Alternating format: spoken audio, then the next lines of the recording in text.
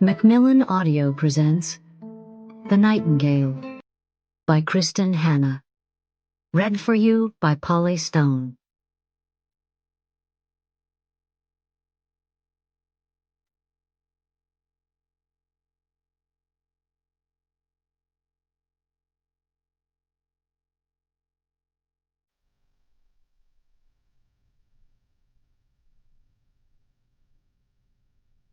Chapter 1.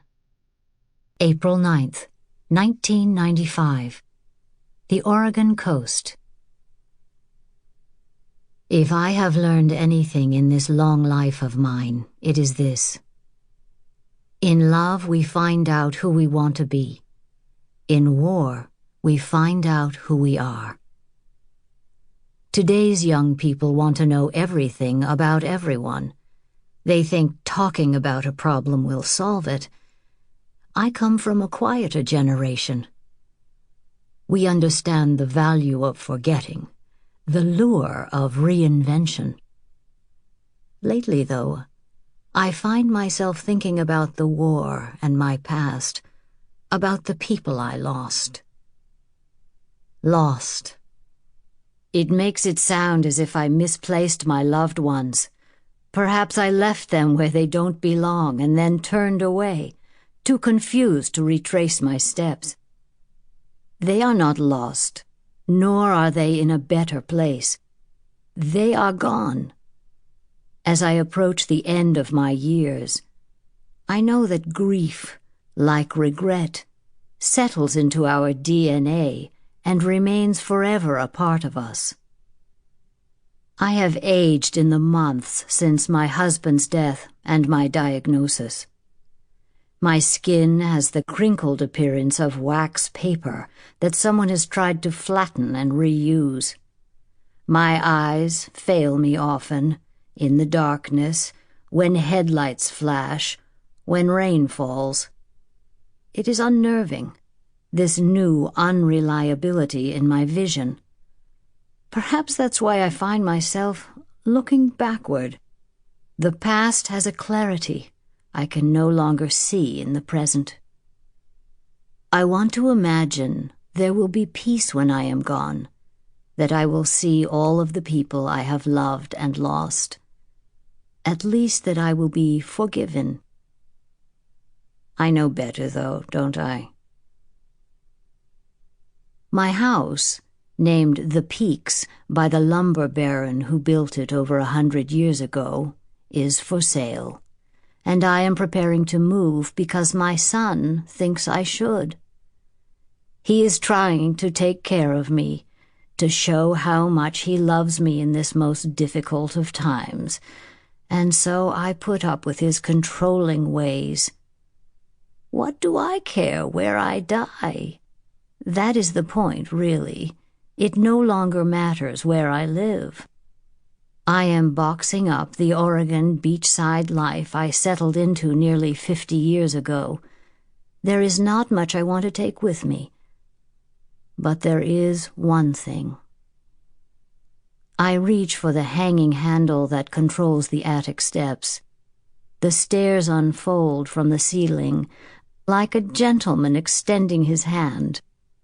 The flimsy stairs wobble beneath my feet as I climb into the attic, which smells of must and mold. A single hanging light bulb swings overhead. I pull the cord. It's like being in the hold of an old steamship. Wide wooden planks panel the walls. Cobwebs turn the creases silver and hang in skeins from the indentation between the planks. The ceiling is so steeply pitched that I can stand upright only in the center of the room.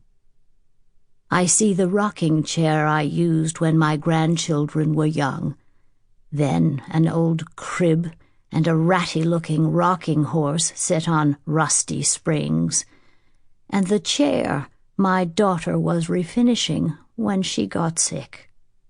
Boxes are tucked along the wall, marked Christmas, Thanksgiving, Easter, Halloween, serveware, sports.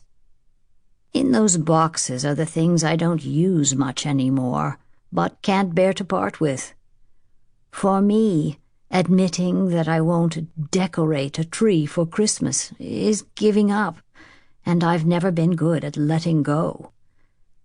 Tucked in the corner is what I am looking for. An ancient steamer trunk covered in travel stickers. With effort, I drag the heavy trunk to the center of the attic, directly beneath the hanging light. I kneel beside it, but the pain in my knees is piercing, so I slide onto my backside. For the first time in 30 years, I lift the trunk's lid. The top tray is full of baby memorabilia, tiny shoes, ceramic hand molds, crayon drawings populated by stick figures and smiling suns, report cards, dance recital pictures.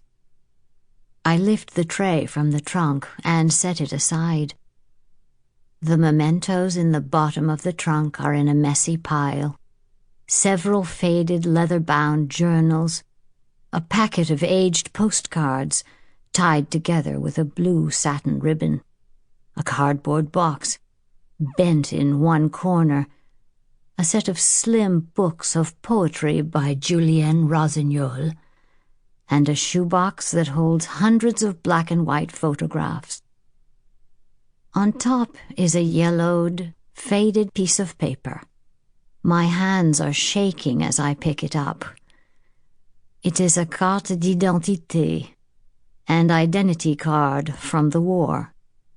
I see the small passport-sized photo of a young woman, Juliette Gervais. "Mom?" I hear my son on the creaking wooden steps, footsteps that match my heartbeats. Has he called out to me before? "Mom? You shouldn't be up here. Shit, the steps are unsteady." He comes to stand beside me. "One fall and—" I touch his pant leg, shake my head softly. I can't look up. "Don't," is all I can say. He kneels, then sits. I can smell his aftershave, something subtle and spicy, and also a hint of smoke. He has sneaked a cigarette outside, a habit he gave up decades ago and took up again at my recent diagnosis. There is no reason to voice my disapproval. He is a doctor. He knows better. My instinct is to toss the card into the trunk and slam the lid down, hiding it again. It's what I have done all my life. Now I am dying. Not quickly, perhaps, but not slowly either, and I feel compelled to look back on my life. "Mom, you're crying." Am I? I want to tell him the truth, but I can't. It embarrasses and shames me, this failure. At my age, I should not be afraid of anything, certainly not my own past. I say only, "I want to take this trunk." "It's too big. I'll repack the things you want into a smaller box." I smile at his attempt to control me. I love you, and I am sick again. For these reasons, I have let you push me around, but I am not dead yet. I want this trunk with me. "What can you possibly need in it? It's just our artwork and other junk." If I had told him the truth long ago, or had danced and drunk and sung more, maybe he would have seen me instead of a dependable, ordinary mother. He loves a version of me that is incomplete. I always thought it was what I wanted, to be loved and admired.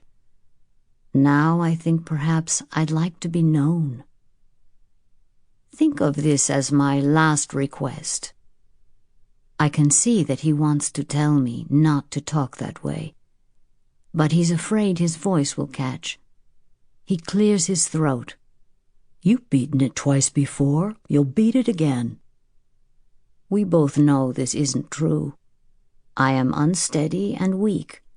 I can neither sleep nor eat without the help of medical science. "Of course I will." "I just want to keep you safe." I smile. Americans can be so naive. Once I shared his optimism. I thought the world was safe. But that was a long time ago. "Who is Juliet Gervais?" Julian says, and it shocks me a little to hear that name from him. I close my eyes, and in the darkness that smells of mildew and bygone lives, my mind casts back, a line thrown across years and continents. Against my will, or maybe in tandem with it, who knows any more, I remember. Chapter 2. The lights are going out all over Europe. We shall not see them lit again in our lifetime. Sir Edward Grey on World War I. August 1939, France. Vianne Mauriac left the cool, stucco-walled kitchen and stepped out into her front yard. On this beautiful summer morning in the Loire Valley, everything was in bloom. White sheets flapped in the breeze, and roses tumbled like laughter along the ancient stone wall that hid her property from the road. A pair of industrious bees buzzed among the blooms. From far away, she heard the chugging purr of a train and then the sweet sound of a little girl's laughter. Sophie. Vianne smiled. Her 8-year-old daughter was probably running through the house, making her father dance attendance on her as they readied for their Saturday picnic. "Your daughter is a tyrant," Antoine said, appearing in the doorway. He walked toward her, his pomaded hair glinting black in the sunlight. He'd been working on his furniture this morning, sanding a chair that was already as soft as satin, and a fine layer of wood dust peppered his face and shoulders. He was a big man, tall and broad-shouldered, with a rough face and a dark stubble that took constant effort to keep from becoming a beard. He slipped an arm around her and pulled her close. "I love you, Vi." "I love you too." It was the truest fact of her world. She loved everything about this man, his smile, the way he mumbled in his sleep and laughed after a sneeze, and sang opera in the shower. She'd fallen in love with him 15 years ago, on the school play yard, before she'd even known what love was. He was her first everything. First kiss, first love, first lover. Before him, she'd been a skinny, awkward, anxious girl, given to stuttering when she got scared, which was often. A motherless girl. "You will be the adult now," her father had said to Vianne, as they walked up to this very house for the first time. She'd been 14 years old, her eyes swollen from crying, her grief unbearable. In an instant, this house had gone from being the family summer house to a prison of sorts. Maman had been dead less than 2 weeks when Papa gave up on being a father. Upon their arrival here, he'd not held her hand, or rested a hand on her shoulder, or even offered her a handkerchief to dry her tears. But I'm just a girl," she'd said. "Not anymore."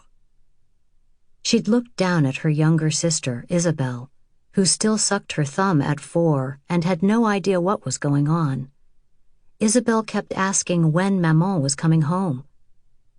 When the door opened, a tall, thin woman with a nose like a water spigot and eyes as small and dark as raisins appeared. "These are the girls," the woman had said. Papa nodded. "There will be no trouble." It had happened so fast.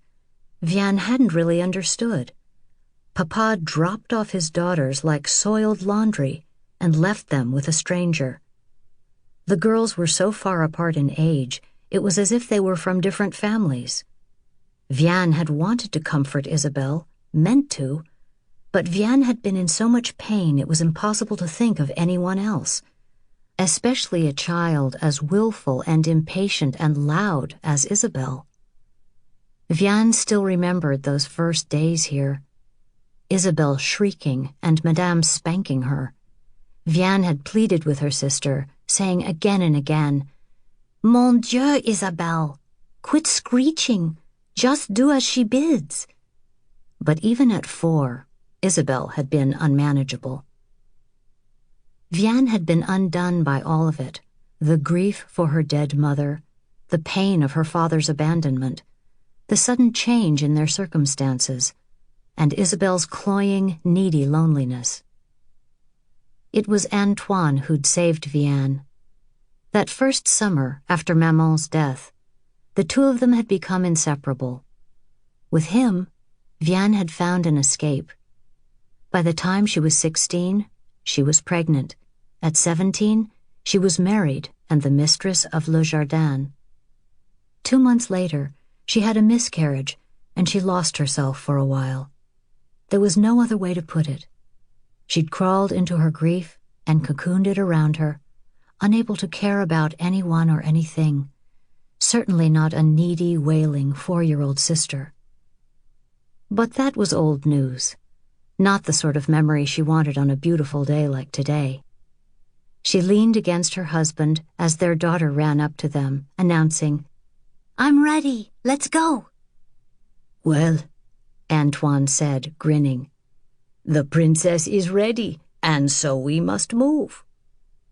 Vianne smiled as she went back into the house and retrieved her hat from the hook by the door. A strawberry blonde with porcelain-thin skin and sea-blue eyes, she always protected herself from the sun. By the time she'd settled the wide-brimmed straw hat in place and collected her lacy gloves and picnic basket, Sophie and Antoine were already outside the gate. Vianne joined them on the dirt road in front of their home. It was barely wide enough for an automobile. Beyond it stretched acres of hayfields, the green here and there studded with red poppies and blue cornflowers. Forests grew in patches. In this corner of the Loire Valley, fields were more likely to be growing hay than grapes. Although less than 2 hours from Paris by train, it felt like a different world altogether. Few tourists visited, even in the summer. Now and then an automobile rumbled past, or a bicyclist, or an ox-driven cart, but for the most part, they were alone on the road. They lived nearly a mile from Carrevaux, a town of less than 1,000 souls that was known mostly as a stopping point on the pilgrimage of Saint Jeanne d'Arc. There was no industry in town and few jobs, except for those at the airfield that was the pride of Carrevaux, the only one of its kind for miles. In town, narrow cobblestone streets wound through ancient limestone buildings that leaned clumsily against one another. Mortar crumbled from stone walls. Ivy hid the decay that lay beneath, unseen but always felt. The village had been cobbled together piecemeal, crooked streets, uneven steps, blind alleys, over hundreds of years. Colors enlivened the stone buildings. Red awnings ribbed in black metal, ironwork balconies decorated with geraniums in terracotta planters. Everywhere there was something to tempt the eye. A display case of pastel macarons, rough willow baskets filled with cheese and ham and saucisson, crates of colorful tomatoes and aubergines and cucumbers. The cafes were full on this sunny day. Men sat around metal tables, drinking coffee and smoking hand-rolled brown cigarettes and arguing loudly. A typical day in Carrevaux. Monsieur Lachaud was sweeping the street in front of his saladerie. and Madame Clonet was washing the window of her hat shop, and a pack of adolescent boys were strolling through town, shoulder to shoulder, kicking bits of trash and passing a cigarette back and forth. At the end of town, they turned toward the river. At a flat, grassy spot along the shore, Vianne set down her basket and spread out a blanket in the shade of a chestnut tree. From the picnic basket, she withdrew a crusty baguette, a wedge of rich double-cream cheese, 2 apples, some slices of paper-thin Bayonne ham, and a bottle of Bollinger 36. She poured her husband a glass of champagne and sat down beside him as Sophie ran toward the riverbank. The day passed in a haze of sunshine-warmed contentment. They talked and laughed and shared their picnic. It wasn't until late in the day, when Sophie was off with her fishing pole and Antoine was making their daughter a crown of daisies, that he said, "Hitler will suck us all into his war soon." War. It was all anyone could talk about these days, and Vianne didn't want to hear it, especially not on this lovely summer day. She tented a hand across her eyes and stared at her daughter. Beyond the river, the green Loire Valley lay cultivated with care and precision. There were no fences, no boundaries, just miles of rolling green fields and patches of trees and the occasional stone house or barn. Tiny white blossoms floated like bits of cotton in the air. She got to her feet and clapped her hands. "Come, Sophie, it's time to go home." "You can't ignore this, Vianne." "Should I look for trouble? Why? You are here to protect us." Smiling, too brightly perhaps, she packed up the picnic and gathered her family and led them back to the dirt road. In less than 30 minutes, they were at the sturdy wooden gate of Le Jardin, the stone country house that had been in her family for 300 years. Aged to a dozen shades of gray, it was a 2-story house with blue-shuttered windows that overlooked the orchard. Ivy climbed up the 2 chimneys and covered the bricks beneath. Only 7 acres of the original parcel were left. The other 200 had been sold off over the course of 2 centuries as her family's fortune dwindled. 7 acres was plenty for Vianne. She couldn't imagine needing more. Vianne closed the door behind them. In the kitchen, copper and cast-iron pots and pans hung from an iron rack above the stove. Lavender and rosemary and thyme hung in drying bunches from the exposed timber beams of the ceiling. A copper sink, green with age, was big enough to bathe a small dog in. The plaster on the interior walls was peeling here and there to reveal paint from years gone by. The living room was an eclectic mix of furniture and fabrics, tapestried settee, Aubusson rugs, antique Chinese porcelain, chintz and toile. Some of the paintings on the wall were excellent, perhaps important, and some were amateurish. It had the jumbled, cobbled-together look of lost money and bygone taste, a little shabby, but comfortable. She paused in the salon, glancing through the glass-paned doors that led to the backyard, where Antoine was pushing Sophie on the swing he'd made for her. Vianne hung her hat gently on the hook by the door and retrieved her apron, tying it in place. While Sophie and Antoine played outside, Vianne cooked supper. She wrapped a pink pork tenderloin in thick-cut bacon, tied it in twine, and browned it in hot oil. While the pork roasted in the oven, she made the rest of the meal. At 8 o'clock, right on time, she called everyone to supper, and couldn't help smiling at the thundering of feet and the chatter of conversation and the squealing of chair legs scraping across the floor as they sat down. Sophie sat at the head of the table, wearing the crown of daisies Antoine had made for her at the riverbank. Vianne set down the platter, whose fragrance wafted upward, roasted pork and crispy bacon and apples glazed in a rich wine sauce, resting on a bed of browned potatoes. Beside it was a bowl of fresh peas, swimming in butter seasoned with tarragon from the garden.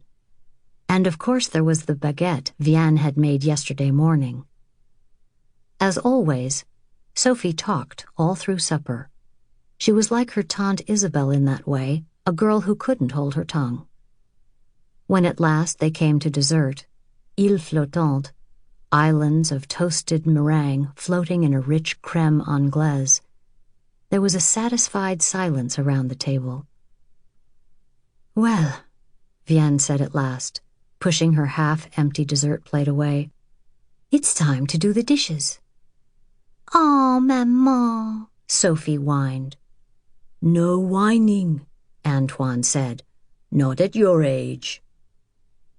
Vianne and Sophie went into the kitchen, as they did each night, to their stations.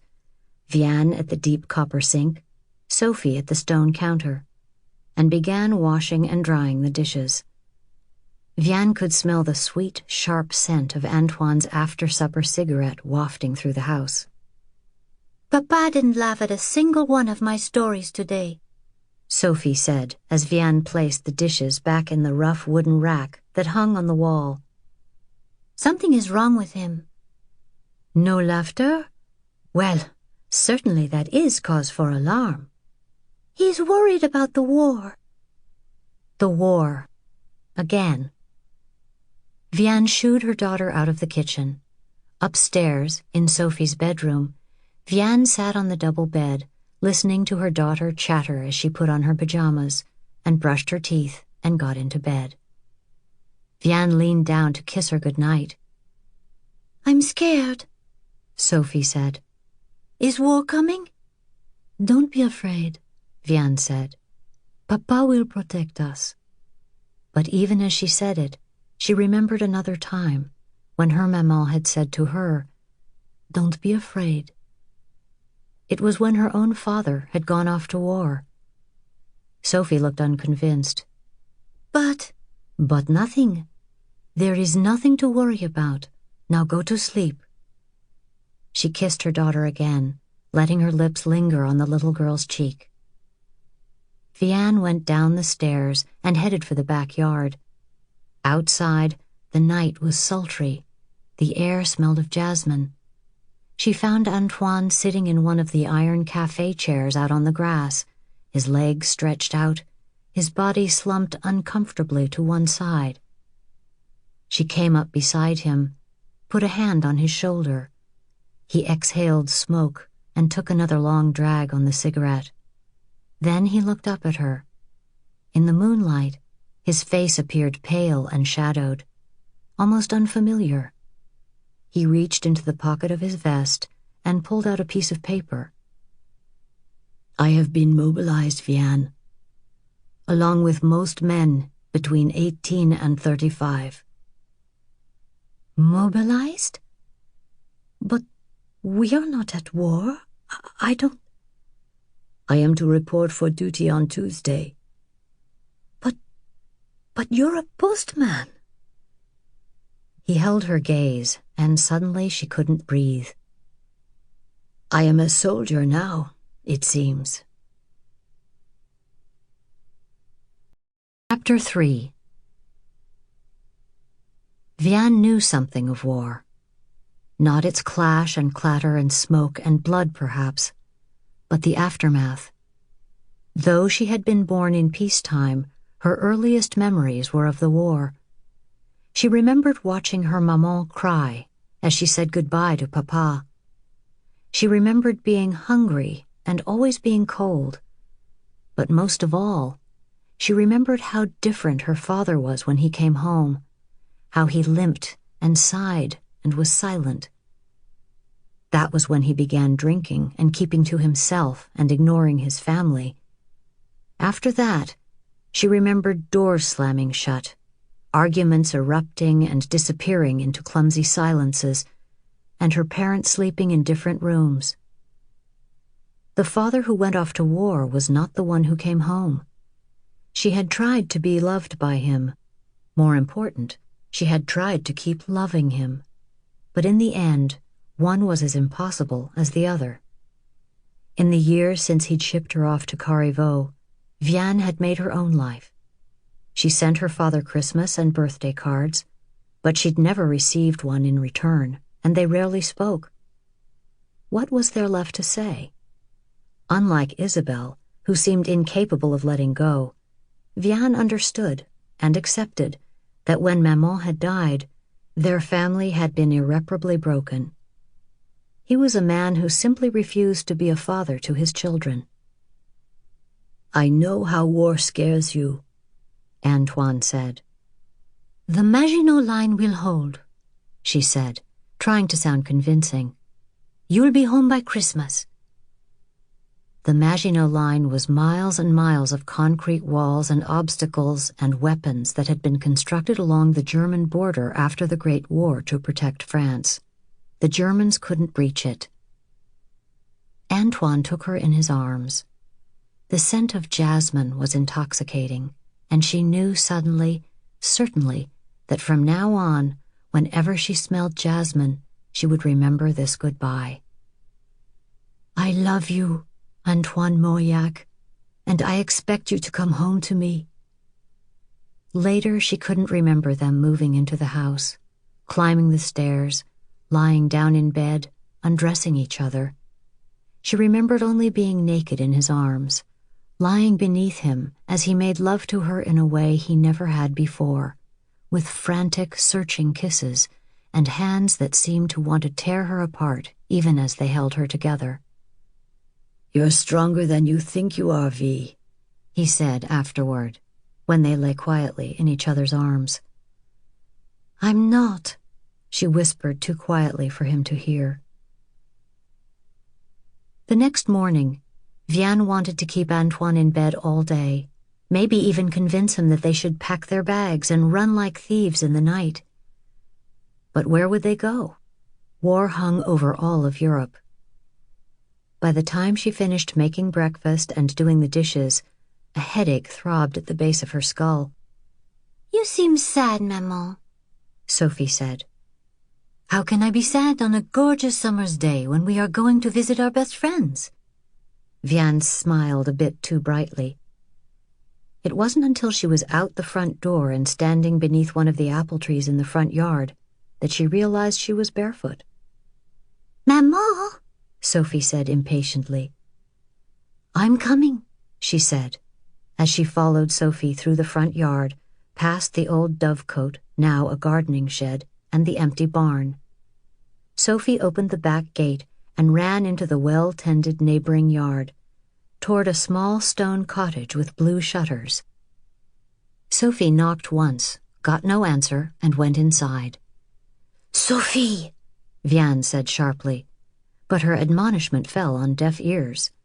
Manners were unnecessary at one's best friend's house, and Rachel de Champlain had been Vianne's best friend for 15 years.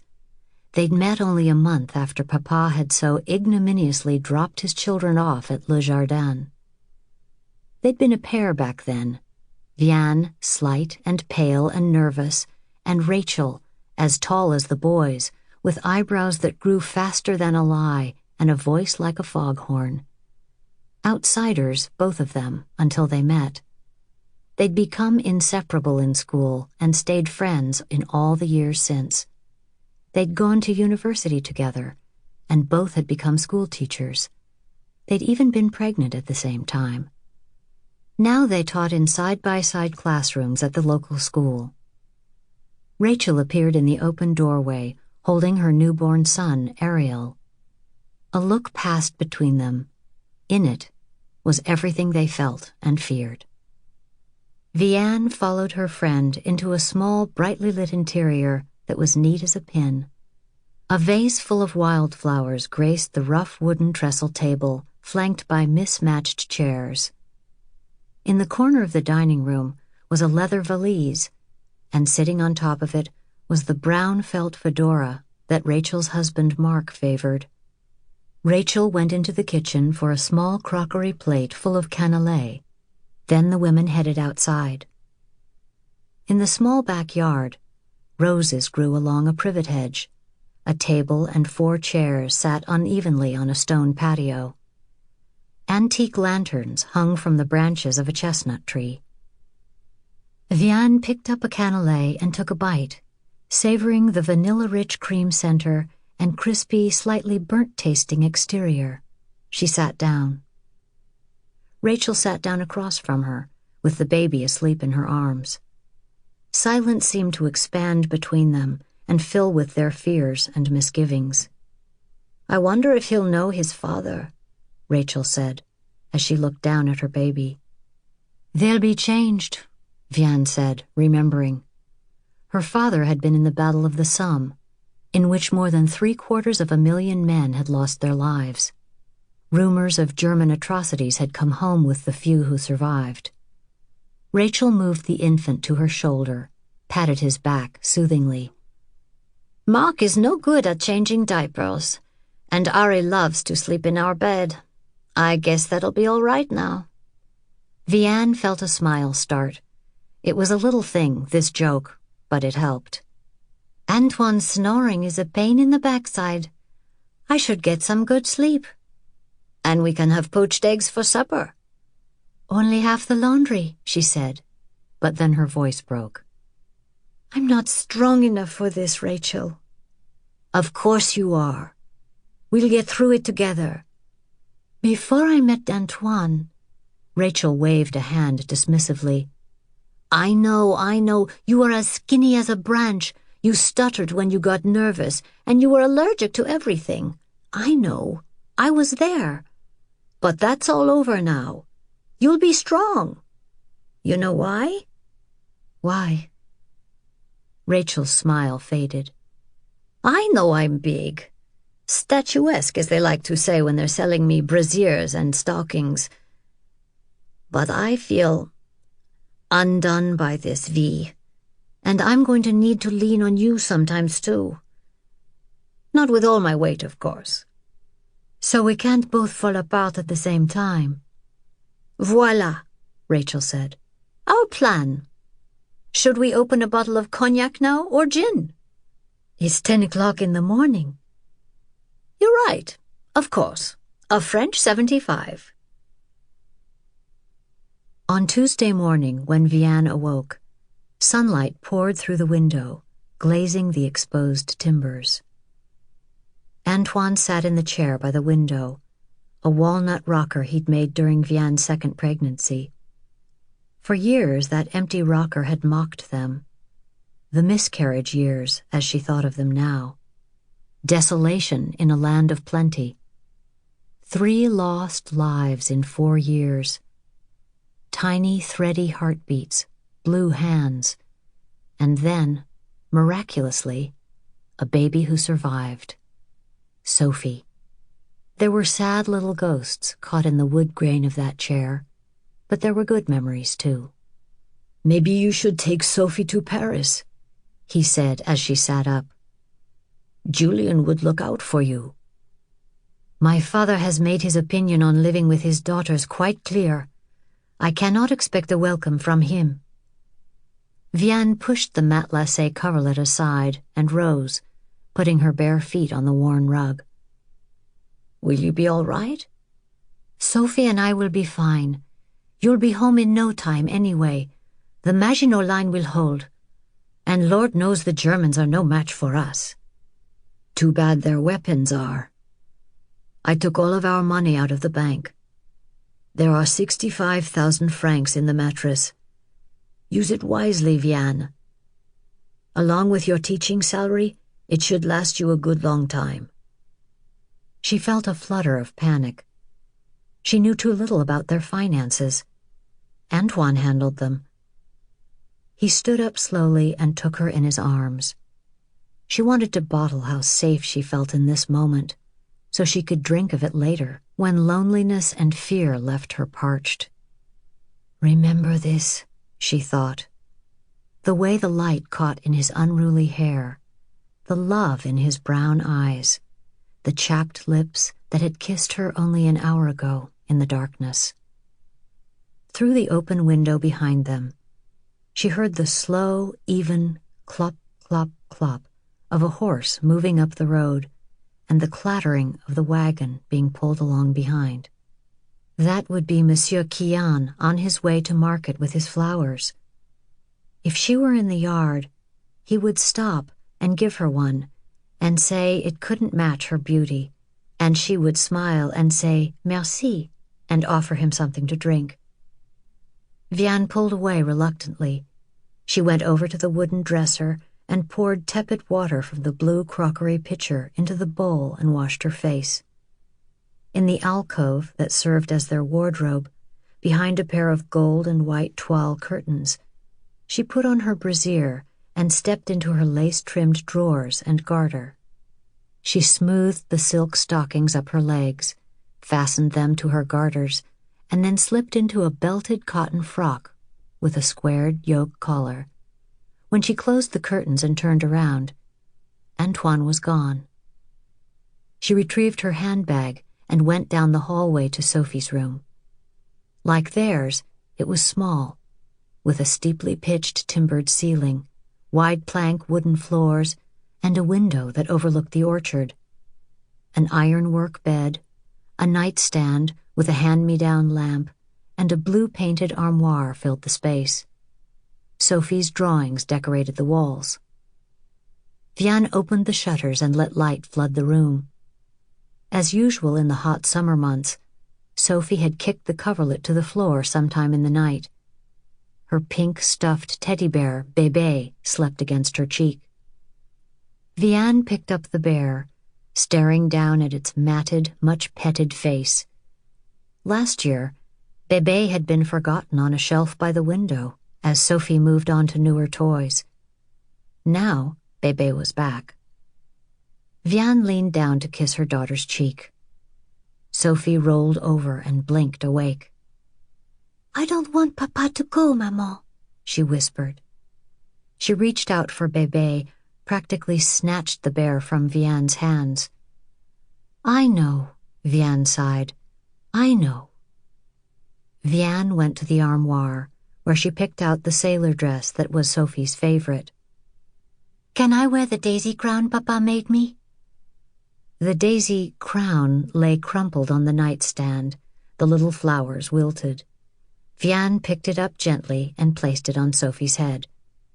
Vianne thought she was doing all right until she stepped into the living room and saw Antoine. Papa? Sophie touched the wilted daisy crown uncertainly. Don't go. Antoine knelt down and drew Sophie into his embrace. I have to be a soldier to keep you and Maman safe. But I'll be back before you know it. Vianne heard the crack in his voice. Sophie drew back. The daisy crown was sagging down the side of her head. You promise you'll come home? Antoine looked past his daughter's earnest face to Vianne's worried gaze. Oui, he said at last. Sophie nodded.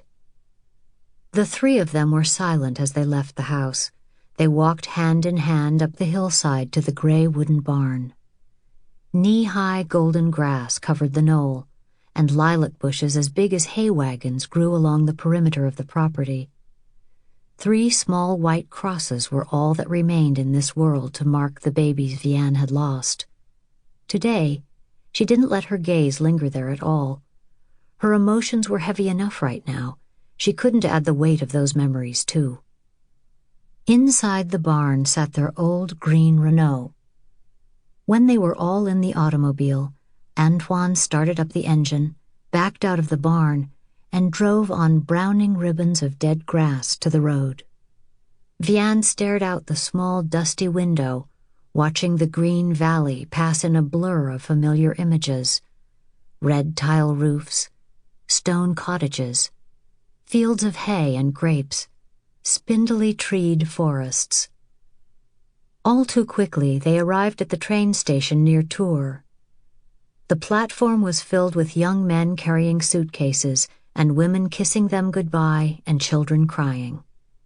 A generation of men were going off to war. Again. Don't think about it, Vianne told herself.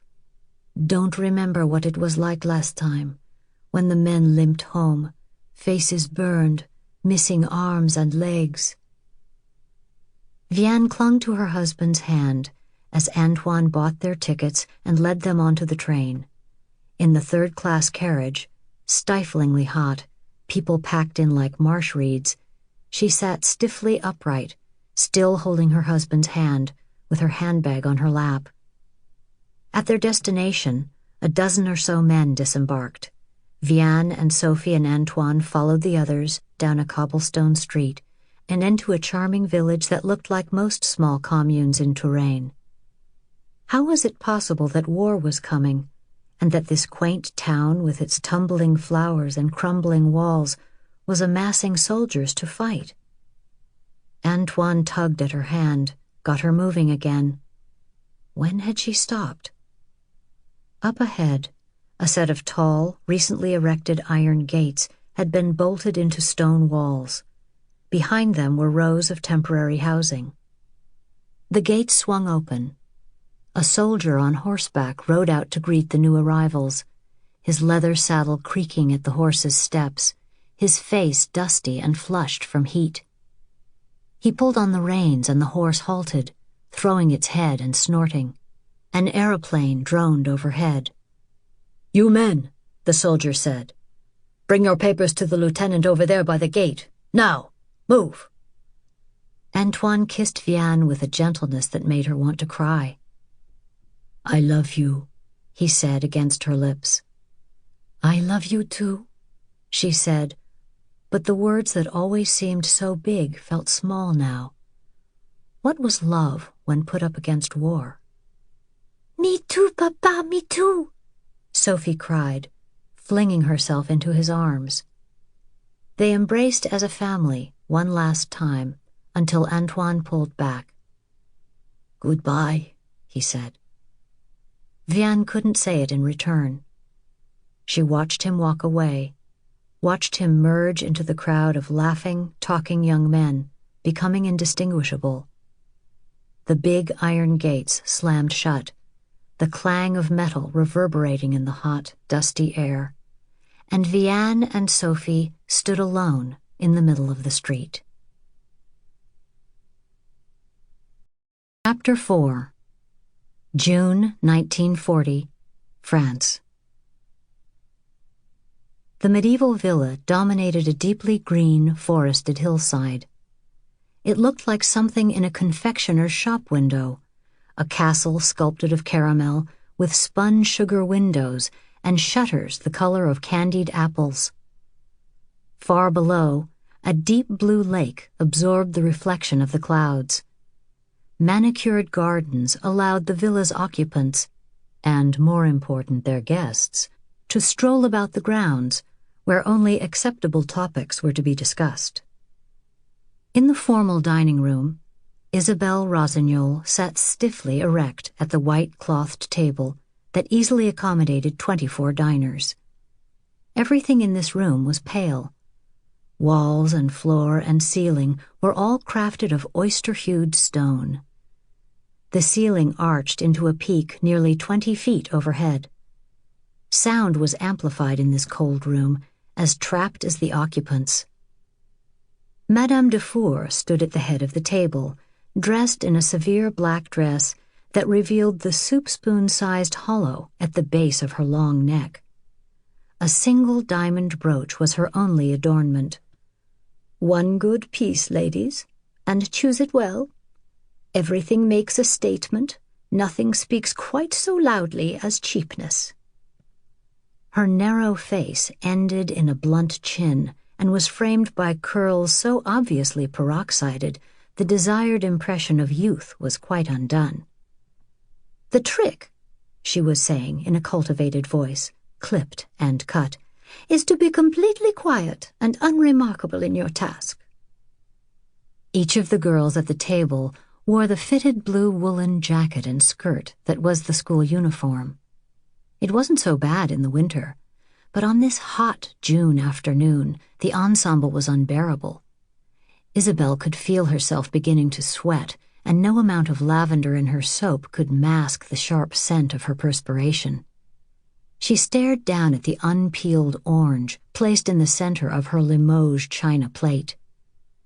Flatware lay in precise formation on either side of the plate. salad fork, dinner fork, knife, spoon, butter knife, fish fork. It went on and on. Now, Madame Dufour said, pick up the correct utensils, quietly, s'il vous plaît, quietly, and peel your orange. Isabel picked up her fork and tried to ease the sharp prongs into the heavy peel, but the orange rolled away from her and bumped over the gilt edge of the plate, clattering the china. Merde, she muttered, grabbing the orange before it fell to the floor. Merde? Madame Dufour was beside her. Isabel jumped in her seat. Mon Dieu, the woman moved like a viper in the reeds. Pardon, madame, Isabel said, returning the orange to its place. Mademoiselle Rossignol, Madame said, how is it that you have graced our halls for 2 years and learned so little? Isabel again stabbed the orange with her fork, a graceless but effective move. Then she smiled up at Madame. Generally, Madame, the failing of a student to learn is the failing of the teacher to teach. Breaths were indrawn all down the table. Ah, Madame said. So we are the reason you still cannot manage to eat an orange properly. Isabel tried to slice through the peel, too hard, too fast. The silver blade slipped off the puckered peel and clanged on the china plate. Madame Dufour's hand snaked out, her fingers coiled around Isabel's wrist. All up and down the table, the girls watched. Polite conversation, girls, Madame said, smiling thinly. No one wants a statue for a dinner partner. On cue, the girls began speaking quietly to one another about things that did not interest Isabel. Gardening, weather, fashion. Acceptable topics for women. Isabel heard the girl next to her say quietly, I am so very fond of Alençon lace, aren't you? And really, it was all she could do to keep from screaming. Mademoiselle Rossignol, Madame said, you will go see Madame Allard and tell her that our experiment has come to an end. What does that mean? She will know. Go. Isabel scooted back from the table quickly, lest Madame change her mind. Madame's face scrunched in displeasure at the loud screech the chair legs made on the stone floor. Isabel smiled. I really do not like oranges, you know. Really? Madame said sarcastically. Isabel wanted to run from this stifling room, but she was already in enough trouble, so she forced herself to walk slowly, her shoulders back, her chin up. At the stairs, which she could navigate with 3 books on her head if required, she glanced sideways, saw that she was alone, and rushed down. In the hallway below, she slowed and straightened. By the time she reached the headmistress's office, she wasn't even breathing hard. She knocked. At Madame's flat, "Come in." Isabel opened the door. Madame Allard sat behind a gilt-trimmed mahogany writing desk.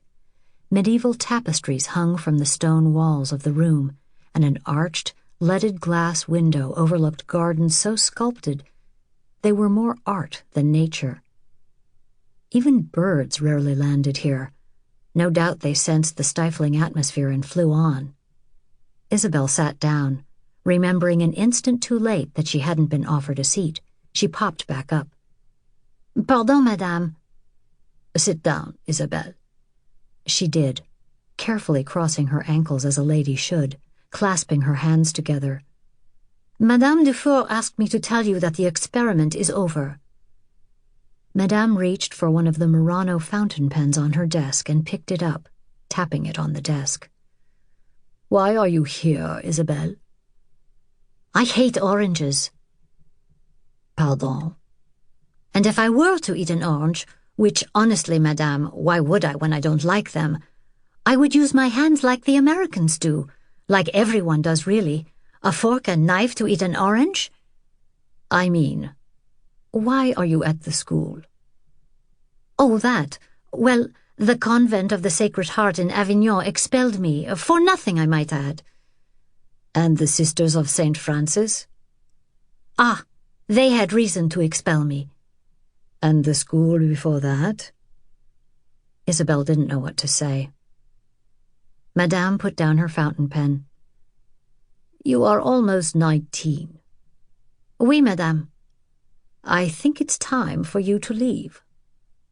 Isabel got to her feet. Shall I return to the orange lesson? You misunderstand. I mean you should leave the school, Isabel. It is clear that you are not interested in learning what we have to teach you. How to eat an orange, and when you can spread cheese, and who is more important, the second son of a duke or a daughter who won't inherit, or an ambassador to an unimportant country? Madame, do you not know what is going on in the world? Isabel might have been secreted deep in the countryside, but still she knew. Even here, barricaded behind hedges and bludgeoned by politeness, she knew what was happening in France. At night, in her monastic cell, while her classmates were in bed, she sat up long into the night, listening to the BBC on her contraband radio. France had joined Britain in declaring war on Germany, and Hitler was on the move. All across France, people had stockpiled food and put up blackout shades and learned to live like moles in the dark. They had prepared and worried, and then nothing. Month after month, nothing happened. At first, all anyone could talk about was the Great War and the losses that had touched so many families. But as the months went on, and there was only talk of war, Isabel heard her teachers calling it the drôle de guerre, the phony war. The real horror was happening elsewhere in Europe, in Belgium and Holland and Poland. Will manners not matter in war, Isabel? They don't matter now, Isabel said impulsively, wishing a moment later that she'd said nothing. Madame stood. We were never the right place for you, but my father would put me anywhere to be rid of me, she said. Isabel would rather blurt out the truth than hear another lie. She had learned many lessons in the parade of schools and convents that had housed her for more than a decade. Most of all, she'd learned that she had to rely on herself. Certainly her father and her sister couldn't be counted on. Madame looked at Isabel. Her nose flared ever so slightly, an indication of polite but pained disapproval. It is hard for a man to lose his wife. It is hard for a girl to lose her mother, she smiled defiantly. I lost both parents, though, didn't I? One died, and the other turned his back on me. I can't say which hurt more. Mon Dieu, Isabelle. Must you always speak whatever is on your mind?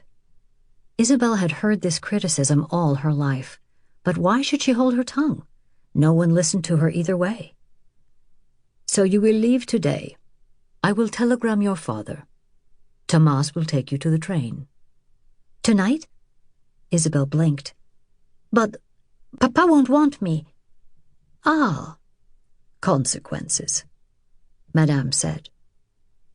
Perhaps now you will see that they should be considered. Isabel was alone on a train again, heading toward an unknown reception. She stared out the dirty, mottled window at the flashing green landscape, fields of hay, red roofs, stone cottages, gray bridges, horses. Everything looked exactly as it always had, and that surprised her. War was coming, and she'd imagined it would leave a mark on the countryside somehow, changing the grass color, or killing the trees, or scaring away the birds. But now, as she sat on this train chugging into Paris, she saw that everything looked completely ordinary. At the sprawling Gare de Lyon, the train came to a wheezing, belching stop. Isabel reached down for the small valise at her feet and pulled it onto her lap. As she watched the passengers shuffle past her, exiting the train carriage, the question she'd avoided came back to her. Papa. She wanted to believe. To keep listening to this audiobook, I've left you a link in the description so you can do it, at no cost thanks to Audible's 30-day free trial.